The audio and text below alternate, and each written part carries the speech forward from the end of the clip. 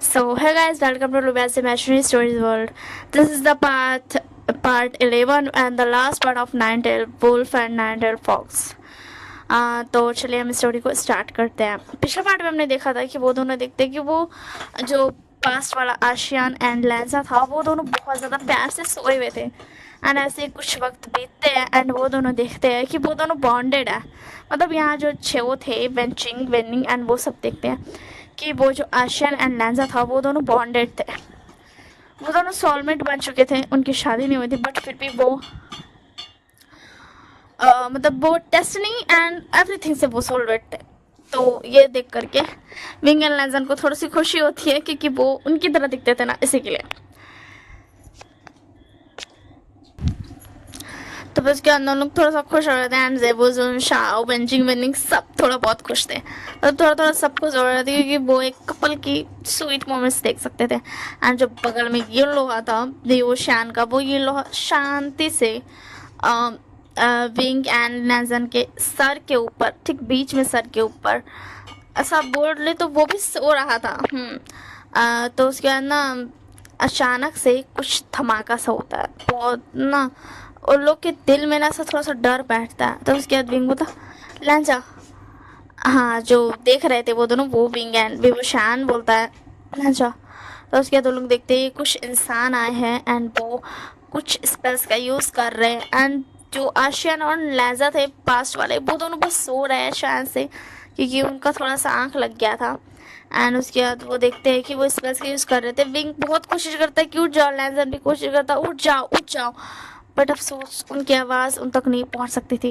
And जो ये लोहा था उसका भी अब भी ध्यान नहीं था क्योंकि विंग ने सोने से, आशियान जो था पास वाला, सोने से पहले उस ये लोहा को ऑफ कर दिया था कि मतलब तुम कुछ मत करना, तुम भी आराम करो। इसी के लिए वो ये लोहा भी कोई रिएक्ट नहीं कर पा रहा था। एंड उसके अंदर वो लोग जैसे स्पेल्स हो जाता है एंड वो लोग और भी ज़्यादा स्पेल्स करते हैं।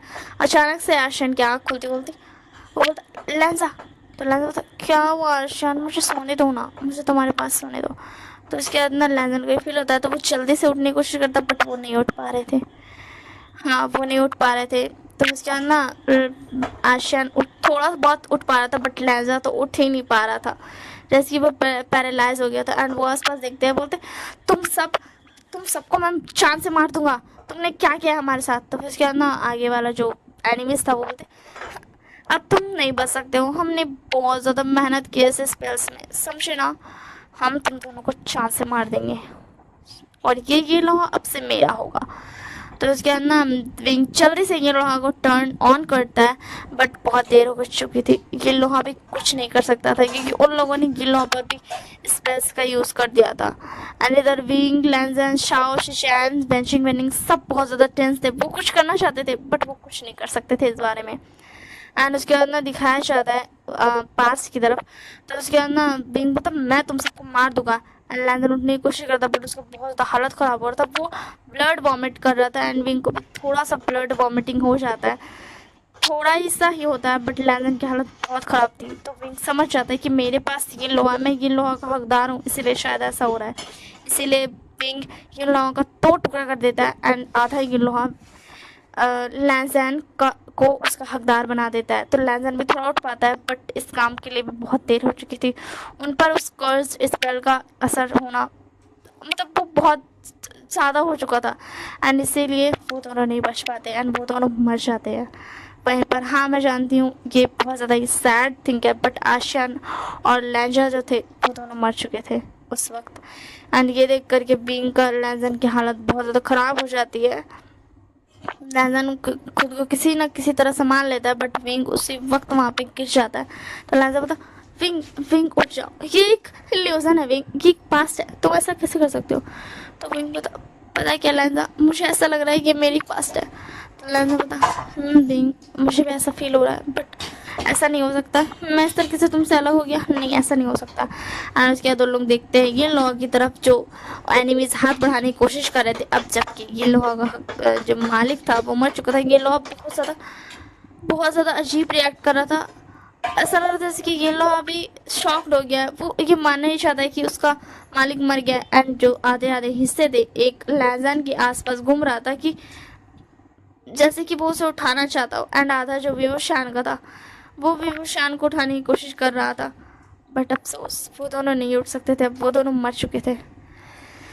एंड लोग बोलता है ये लोहा अब हमारा है, इसके दो टुकड़े हो गए तो क्या हो गया, हम इसे फिर से जोड़ लेंगे। बट एंड जैसे ही वो लोग ऐसी बात कर रहे थे एंड हंसी रहे थे, एंड अचानक से इधर जेबूसन दिखते हैं एंड बोलते वो देखो विवो शान वांग जी। तो लोग सब उधर देखता है एंड देखता है कि ये लोहा धीरे धीरे लाल हो रहा है एंड उसके आसपास बहुत ज़्यादा ब्लैक स्मोक्स हो रहा है, एंड अचानक से फ्लैश की तरह वो सबको मार गिराता है एंड वो पूरी जगह कर्स हो जाती है, यहाँ तक कि वहाँ जो अच्छे लोग थे वो भी मारे गए थे उस जगह पर। हम्म, वैसे कहा जाए तो वो अच्छे नहीं थे, वो सिर्फ बेबू शान एंड वांगजी जो आशान एंड लैजा था पास्ट वाला, उनकी सारी बातें इसीलिए मान रहे थे क्योंकि वो भी जानते थे कि आशियान जो है मतलब वो पिछले मतलब पास में भी बेबू शान ही था, वो किंग ऑफ ये लोहा है, इसी के लिए वो उन्हें कभी भी मार सकता है। एंड ये लोहा ये जानता था कि वो सब मिले हुए थे, वहाँ के सारे लोग मिले हुए थे, पूरा दुनिया मिला हुआ था, इसीलिए ये लोहा सबको मार देता है क्योंकि उस जगह पर सारे लोग आ चुके थे, सारे एनिमीज मिलकर आए थे कि वो मार देंगे एक साथ अगर कुछ हुआ तो भी। एंड ये लोहा उन सबको मार देता है एंड अचानक से वो सारे इल्यूजन हट जाता है एंड वो देखते हैं कि वो एक डार्क जगह पर है। तो उसके अंदर विंग होता एक ये लोहा मुझे माफ़ कर दो, तो उसी में आधा ये लोहा उसके पास आता है एंड उससे इतना सा सट जाता है, तो विंग बोलता मुझे तुम्हारी बहुत याद आई। एंड आधा ये लोहा वांगजी के पास आता है, तो वांगजी भी उसे अपने हाथों में ले लेता है एंड अचानक से भी वो शान का 9 टेल्स निकल जाता है, जो कि 9 टेल फॉक्स था वो निकल जाता है एंड लैंसन का भी 9 टेल निकल जाता है। तो इसके बाद शाह बोलता क्या वांगजी भी 9 टेल वुल्फ है, आज तक मैंने किसी 9 टेल वुल्फ को नहीं देखा। एंड उन लोग दोनों अपने ये लोहा को लेकर रो रहे थे क्योंकि उन्हें सब कुछ याद आ गया था उस ये लोहा के पास ही दिखाने के बाद, जैसे ही वो ये लोहा उनके साथ टच हुआ था वैसे ही उन दोनों को सब कुछ याद आ गया था। एंड वो दोनों रो रहे थे, वो देख रहे थे कि ये महल जो कभी सुंदर हुआ करता था, उनका घर हुआ करता था, वो आज टूट गया, तबाह हो गया। वो टूटा तो नहीं था बट वो तबाह हो चुका था, वहाँ कुछ भी अच्छा नहीं था। एंड उसके अंदर विंग था ये लोहा क्या अभी भी यहाँ पर वो सारे उन सारे लोगों के स्पिरिट्स हैं, तो उन सबको अपने ऊपर अंदर एब्सॉर्ब करो एंड तुम फिर से एक हो जाओ। एंड लैंजर बता तुम फिर से एक हो जाओ। एंड उसके बाद वो ये लोहा फिर से थोड़ा बहुत लाल होता है, अचानक से सारा काला जो बादल छाया हुआ था वो सब हट जाता है, सारा इल्यूजन हट जाता है, सब कुछ हट जाता है एंड वहाँ पे जितने भी स्पिरिट्स थे वो सबको ये लोहा अपने अंदर समा लेता है एंड ये लोहा खुश हो जाता है। एंड उसके बाद विंग बता अब मैं तुम्हें कभी ऑफ नहीं करूँगा। तो उसके बाद लैंडर बता बेबू शान वो मेरा भी ये लोहा है, तुम उस पर सिर्फ हक नहीं जता सकते हो। तो उसके बाद विंग बता लैंजा वो तुम्हारा भी है। तो उसके बाद लैंजा बता आशियान। तो आशियान बता हाँ लैंजा मुझे माफ़ कर देना, पहले मुझे और भी सतर्क होना चाहिए था बट मैं नहीं हो पाया। एंड उसके बाद जेबुजुन बोलते कि अब हमें घर चलना चाहिए। तो विंग बता और हाँ हम इसी जगह पर रहेंगे, हम पूरे कबीले वालों को यहाँ ले आएंगे, वैसे भी वहाँ उन्हें रहने में बहुत मुश्किल होती है। यहाँ देखिए यहाँ कितना ज़्यादा सुंदर हो गया, क्योंकि जैसे ये लॉ ने ये किया था वैसे ये लॉ के अंदर से थोड़ी पावर्स निकली थी एंड वो सारा जगह एकदम क्लीन हो गया था, वो महल पूरा क्लीन हो गया था एंड वो उस जगह के सारे पेड़ पौधे हरियाली में बदल गए थे। वो जगह एक बहुत ज़्यादा सुंदर ऐसा हेवन की तरह दिख रही थी। एंड फिर वो लोग आसपास देखते हैं तो वेंचिंग में थी वाह ये कैसे हुआ। तो बस क्या वांगजी बोलता ये लोहा की वजह से। एंड वो लोग बहुत ज़्यादा खुशी खुशी वापस जाते हैं। तो उसके बाद मिसेस लैन बोलती वांगजी तुम आ गए। तो वांगजी बोलता तो फिर उसके बाद लोग फील कर सकता था। तो when Mrs. Wen, Mr. Wen, Mrs. Lan, Mr. Lan, Mrs. V, Mr. Wen, sorry Mr. V सब उन दोनों के सामने झुक जाते हैं। तो उसके बाद विंग एंड बोलते अब दोनों आप सब ये क्या कर रहे हो। तो उसके बाद मिसेस लैन बोलती किंग आप दोनों वापस आ गए, king of haven, king of sorry मुझे हम हेल, हाँ क्योंकि उन दोनों का नाम किंग ऑफ हेवन और किंग ऑफ हेल के नाम से जाना जाता था। उनके ऊपर एक बुक बनी थी जो कि बहुत पहले की थी, एंड वो बुक सिर्फ बिचेस के पास थी। एंड बहुत ज़्यादा गर्व की बात है कि वो Wayne mister Wayne, Mrs Wayne and mister V and missus V के पास भी थी। तो फिर उसके बाद ना वो लोग बोलता, आप लोग ऐसा मत कीजिए, आप लोग पूछ जाइए प्लीज़, हम दोनों ने आप दोनों की कोख से जन्म लिया, आप ऐसा कैसे कर सकते हो। तो उसके बाद मिसेस वी बोलती, बट फिर भी आप किंग ऑफ हेवन और किंग ऑफ हेल के ना।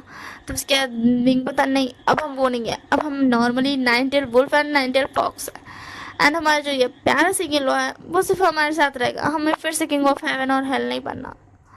तो उसके बाद लादा बता, हमें नहीं बनना।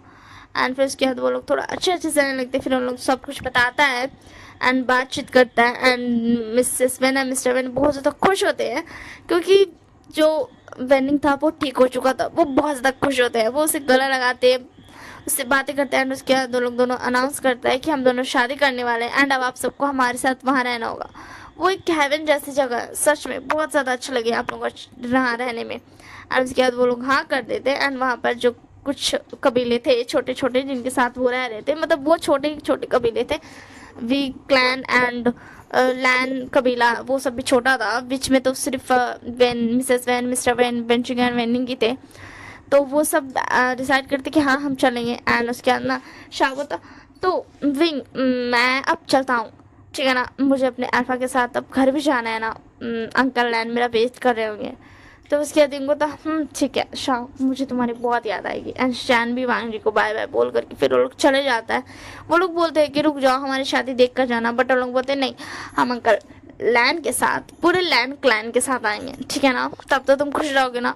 तो फिर उसके बाद विंग होता, मैं बहुत खुश रहूँगा। एंड लैजन भी बोलता, एंड उसके बाद उन लोगों की ऐसे धूमधाम से शादी हो जाती है, एंड वो दोनों बहुत ज़्यादा अच्छे से अपना लाइफ स्पेंड करते हैं। एंड वो आज के उस दिन के बाद से कभी भी गिल लोहा को टर्न ऑफ नहीं करते हैं।